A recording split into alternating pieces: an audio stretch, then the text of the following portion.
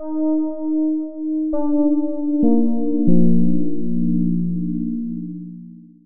name is Robin Eastridge, and I work for Dr. Walter Holloway's office, and I'm from North Wilkesboro, North Carolina. Tell us about the high-risk pool and your experiences with that. We had Blue Cross and Blue Shield approximately 4 years ago, and it got so expensive, and we thought, me doing insurance, I knew there had to be another plan out there that could give me similar benefits that would be at a lower cost.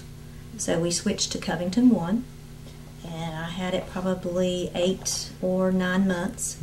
Got sick, got put in the hospital with a viral bug.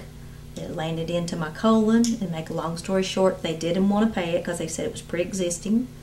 Then it went to 3 hearings. Later they paid it, but in like November of the year prior to the next year's premiums adjustment, it went up significantly.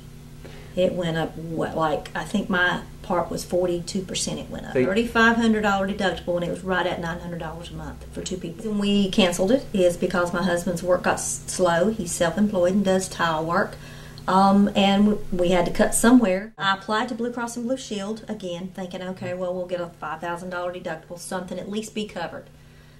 Came back, could be covered, and he is a smoker. I could not be. So I waited about a month, and we went with United Healthcare, tried that route. You know, I was up front with the adjuster and everything, and told him exactly what was going on, that I felt like the hospital records was causing lots of trouble. And then again, 2 months later, still no insurance, second time turned down. When I was uninsured, I was on vacation and had a fall, and I chose not to go to the hospital because I did not have any health insurance. You know, I probably could have went to the ER, but then I would have had a bill that I'd had to face, and I felt like I was all right, but I shouldn't have had to felt like that, and I should have been able to go, you know, and had it checked out. I found the high-risk pool, applied, and within 2 weeks, I already had my certificate saying it was coming. Wow. It was a good day. And what's your premium now? $313 a month. And is that, obviously that's less than you were paying before. Way less. I'm tickled to death with it. I actually educated the doctor yesterday because I told him, I said, we finally got insurance, because he's wrote letters left and right trying to help me explain the difference between the hospitalization records and his records.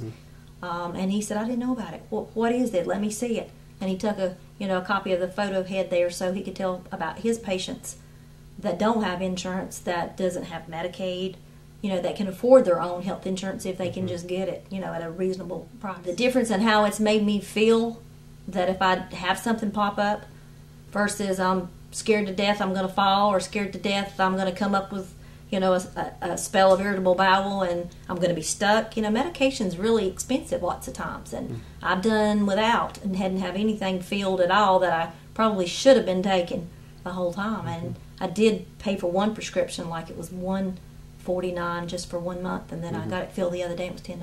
And I cried the day I got my insurance card.